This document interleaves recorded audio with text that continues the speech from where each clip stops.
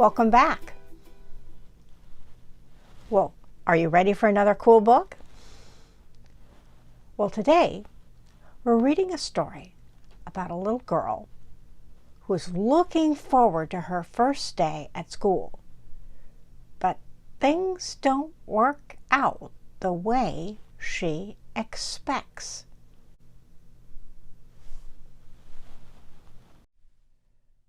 That's Not My Name. Written and illustrated by Anusha Syed.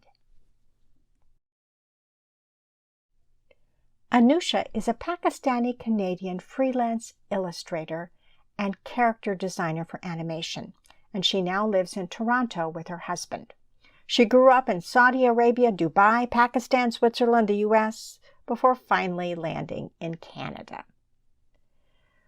In her spare time, she hosts a YouTube channel focused on illustration education, and her name, Anusha, means happiness.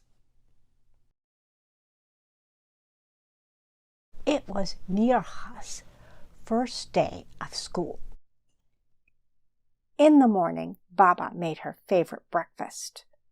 Mama kissed Mirha's forehead, and Nani waved them goodbye.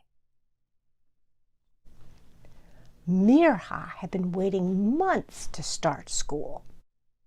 She was so excited to learn to play, and most of all, to make friends. She shyly stood in front of the class and said, "My name is Mirha." Mirha thought her name was simple and easy, but the other kids couldn't say it right. They stretched out the I until it sounded like an E, and their R sounded wrong. Some people even forgot the H. "Hey, Mina! Miriam! Mirha! Hey, Myro! Mira! Hi, Nirha! Miha? Niha? Yo, Mara!" Even some of her teachers said it wrong. "Is Mina here?"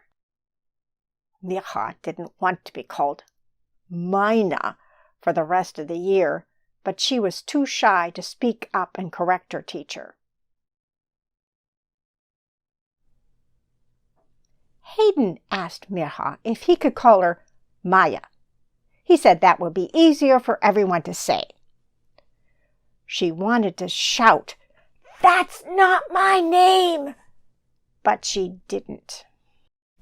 Mirha's first day hadn't gone as she had imagined at all. Why can't anyone say my name right? She wondered sadly. Mama and Baba and Nanny can say it. Why can't anyone else? Nirha felt like giving up. She thought about changing her name to something easier, something other kids would think was normal. If she had a different name, no one would get it wrong when she ordered hot chocolate at cafes. And maybe she could finally find a keychain with her name on it. Maybe she could make some friends. When she arrived home, Nirha told Mama about her plan to change her name. But Mama didn't look happy. "You have a beautiful name," she said. "Nirha means happiness in Arabic," Mama said. "The first time I heard you laugh, I knew that it fit you perfectly. I know your name is different from your classmates, but that isn't a bad thing. It just means that it is unique and special. Your name is something to be proud of, and no one can take that away from you." Mama said Mirha shouldn't change her name for anyone. If people can remember names like Beethoven and Tchaikovsky and Michelangelo, they can remember Mirha.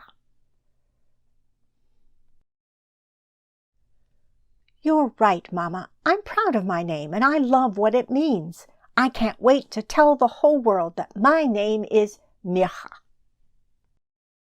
Mircha kept Mama's words close to her when she went back to school the next day.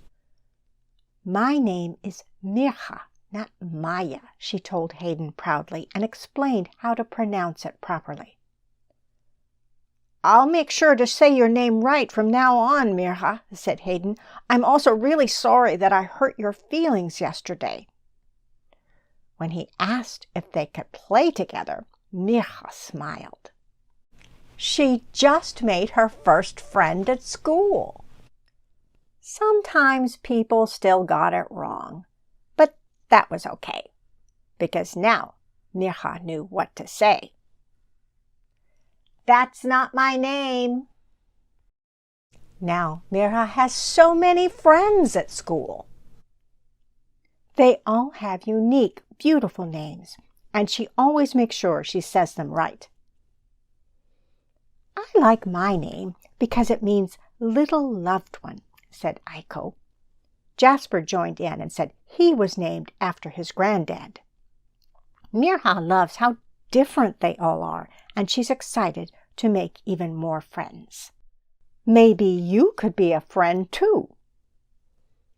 Hi, my name is Mircha. What's yours? The end. Well, Mircha seems to have solved her problem, right? Names can be so tricky, huh? Is one of your names difficult for people to say? Now, when I was growing up, my last name was Criddle. But people, when looking at it and trying to say it, were not quite sure what to do until I said Criddle, like griddle, except with a C. But they would want to say Creedle, Creedle. And then when I got married, as you know, my last name is Scheibner. But you would be surprised how people mangle that one. They say Schreibner, Schiebner. God has a special name too. There's a name for God in the Old Testament that we're not even sure how to pronounce. It is the name that God revealed to Moses in the burning bush, which we read about in the book of Exodus. And if you're reading a Jewish Bible in Hebrew, this is what it looks like. No vowels, because ancient written Hebrew didn't use any vowels. They said them, but they didn't write them. And after a time, devout Jews began to think this was so special that they shouldn't say this word out loud. Translators of the Bible have chosen to respect the Jewish custom of not spelling out or saying out loud God's special name. So instead, they replace it with Lord in all capital letters.